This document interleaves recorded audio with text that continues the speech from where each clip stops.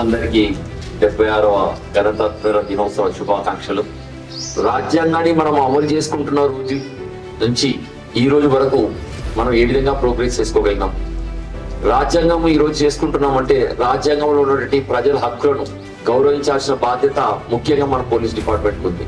ఎవరైనా హక్కులు వైలేట్ చేస్తే వారిని మనము పోలీస్ పద్ధతిలో కూడా పోలీస్ శాఖతో మనం ఏ విధంగా వాటిని కాపాడాల్సిన అవసరం ఉందో కూడా ఒకసారి మీరు ఆలోచించుకోండి.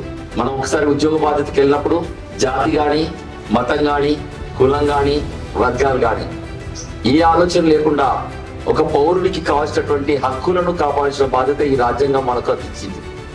We are the front page to the constitution లో మనం ఉన్న హక్కులను కాపాడాల్సిన బాధ్యత ముఖ్యంగా ప్రజలందరూ అయినప్పటికీ కూడా మన మీద చాలా గురుతరమైన బాధ్యత ఉంది.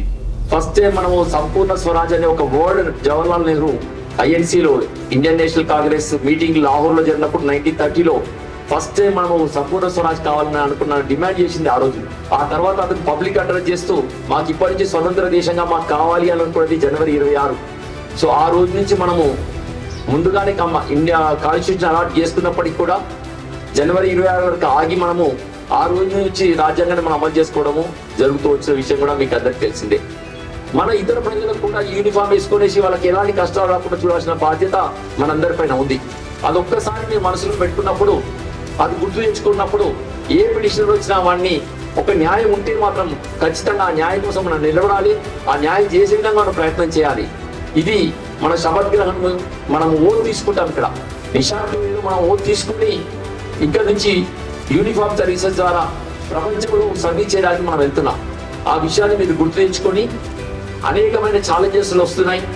వాటి సమర్థవంతంగా ఎదుర్కొనేసి మనం ఒక మంచి పోలీస్ ఆఫీసర్గా తయారై సమాజానికి సేవ చేస్తూ డిపార్ట్మెంట్కు మంచి పేరు తీసుకొస్తారని నేను కోరుకుంటూ సెలవు తీసుకుంటున్నాను. థ్యాంక్ యూ అన్న.